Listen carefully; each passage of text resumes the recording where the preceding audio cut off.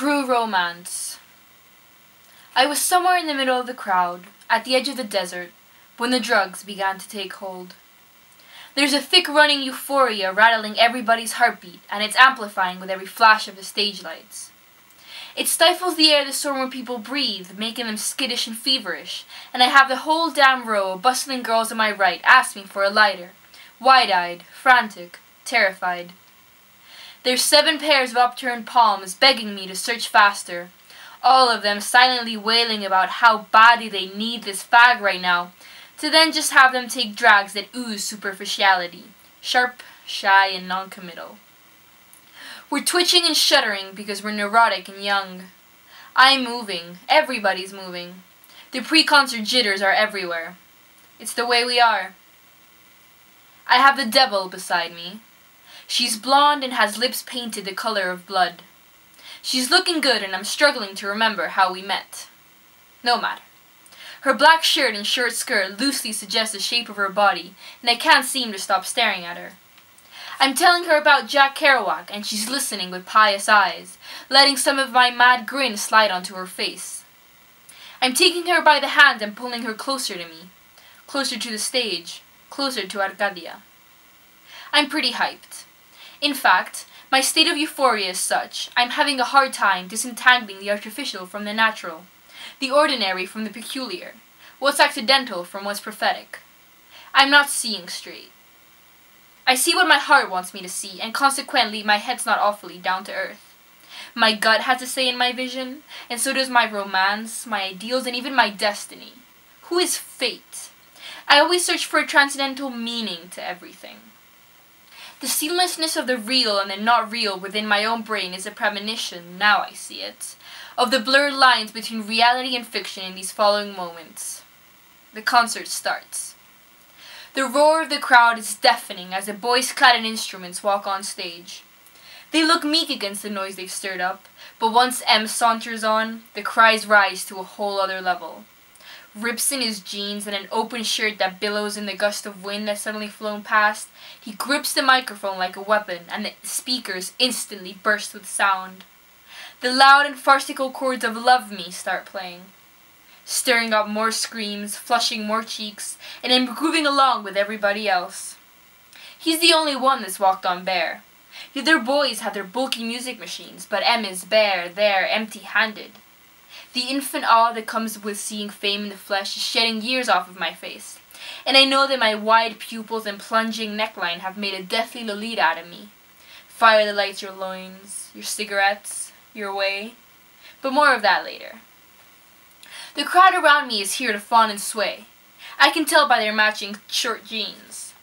The blonde beauty next to me is staring at the stage transfixed, blurting out all the lyrics with blunt emotion. She looks like she's entered a trance. She knows all the words and her eyes aren't leaving M's, staring at his enthralling burlesque gestures. The chorus of the song is blaring and the crowd is going wild. Love me, M Stokes. This facetious, messianic, coked-up boy is chanting for the crowd to love him, and the crowd loves him with a holy devotion. It's fucking brilliant. In front of me, I have a couple that's looking at M through their phone screens. They're tall and in love, and I set them on edge before the concert started. I was trying, quite contemptuously, to get the excitable peoples around me excessively hyped for the concert. So many of them were wearing the band's t-shirt and they were all biting their nails and telling me how that there was exactly 12 minutes until the concert starts, and oh, it was just so adorable. I screamed with my hands on my face, fussed and jumped on the spot, offered joints left and right, and yelled, "Let's start a fucking mosh pit!" Then the couple turns around, rigid as bark, looks at me up and down, face is pursed, and the boy mutters, "What the fuck?" I obviously wasn't serious about the mosh pit. Not that there's anything wrong with some good shoves and punches in the name of fun every now and then, but the absolutely horrified expression on that boy's face set the scene in an instant. Mosh pit sounds barbaric and preposterous to all these patronizing fools garbed in flower crowns. They want to harmlessly swing and sing along to music that's down and out, and it's nuts how innocent the whole situation is. All around me there are people screaming along to Love Me, and M from his throne on stage is reveling in the irony, simultaneously ridiculing and accepting the audience for this sinless adoration. And the macabre song goes, "Love me, if that's what you want to do." And captivated by M's figure on stage, we love him. We do because that's what we want to do, what we need to do. And he spreads his arms out, taking in all that we're giving him. He's center stage, eyes on the squirming crowd, professing his pedantic lyrics, and he's offering himself as an idol of innocent admiration to his crowd of impressionable eyes. I turn to my blonde fox as the chorus nears its end. Starting off the show with this song, starting off with "Love Me" amidst all the fresh screams and shortness of breath, knowing he's making Pink's cheeks flush harder and he's watching the girls comb their hair, smack their lips and scream so many infatuated screams, it's genius. And the chorus ends, and I turn towards the stage and yell, "You're a fucking genius!" And then suddenly the music slows down. Genius. And the boys on stage have slowed down too. Genius. They're looking at each other as a word rings in their ears. Who said it? Here's where the line between real and not real evidently blurs. My confession fits in perfectly with the pop sensation atmosphere that's been established. M's on magazines and has unruly hair that's always never in place, but I called him a genius and I meant it. A speechless flock in reverence at his presence, and I feel prophetic, as if I were a voice. Not the voice of the people, not the voice of reason or revolution or any of that. I'm a voice in the crowd. A straggled voice in the crowd that's cried out a piercing revelation. Who was it? Who was it? And M unhooks his microphone from the stand and prances towards my side of the stage, and it was me. I said it. I'm the one. It was my voice. My voice as a fellow artist, as a fellow dreamer. It's the voice that is sprouted through the coaxing and cooing of figures in my life like M. Like Jack Kerouac. Like Hunter S. Thompson. I have a voice, and I want it to be heard. My diluted perception has made everyone hear my declamation, and I'm thinking, what a romantic way to start a concert. A space full of people and one lone voice rings from the multitude, echoing with heavy, dirty truth.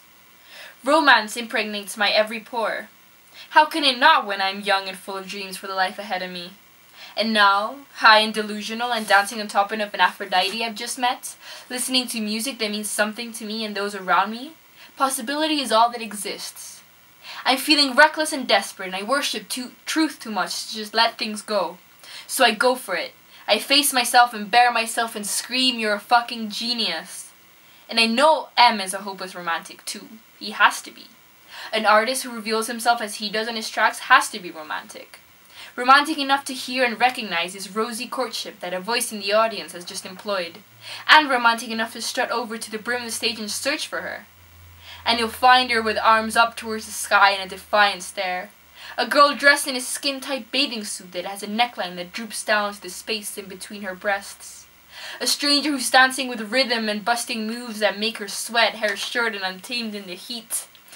But perhaps most importantly, he sees a child with a chattering jaw. It wasn't until a game of lights that I myself saw the depravity in me.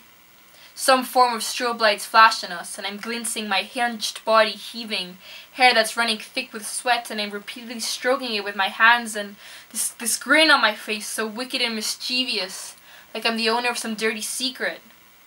I hiss with every breath I take. I suddenly feel savage and wild, and my hands can't stay away from my wet hair, obsessively, vainly combing it back. And then, music aside, I'm filching in my tobacco bag, looking for it.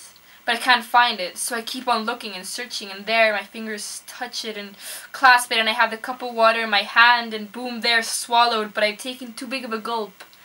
And some of the water dribbles down my chin just as the song ends. I'm looking up at the stage as I wipe my jaw with the back of my hand, and my expression is sophisticated and childish. Look at what I can do. And in the moment when I was looking for it, I fleetingly rose my eyes to look at the stage, and I caught a look of broken deject on M's face. He suddenly looked worn down and exhausted, like he was watching a scene he'd already seen a million times before. I can't deal with another junkie in my life. Or is it more of an, I don't want my legacy to be this, or, oh God, what have I created? Whatever it was, it's gone once I blink, and I'm left to wait alone until it kicks in. Then the concert ends and there's no more to it. I screamed about Jack Kerouac during a pause between songs. I danced and sung wildly. I marveled at the rectangular lights, looked at the devil's lips just in time for the lesbian kiss lyric, and that's it. All to go back home broken-hearted. What bullshit. I'm crushed that it's over, that it wasn't real, that it'll never be real. And my jaw hurts. And my dwindling reserves of happiness seep out of my body at night as I clutch the cat and cry. I feel utterly alone. Everyone's unfathomable way of thinking makes everything pointless, and I'm just a kid with my whole life ahead of me. Why am I destroying my sanity like this? Staring out the window and brooding, I realize that subjectivity is the only truth that exists. And with that vision, poof, the romance that veiled the concert fades away. I see that true romance can never exist. It'll always be incomplete or unsatisfying or delusional, and for events like a concert that approximates to the ultimate sensatory experience in the unhinging of the imagination, romance can be deadly. The only thing left to do is to find solace in myself, cower in the nooks and crannies of my mind until I feel strong enough to brave and barrel through the next and the next and the next obstacle. Or I could go utterly insane, or become a groupie. Still haven't made up my mind. True romance.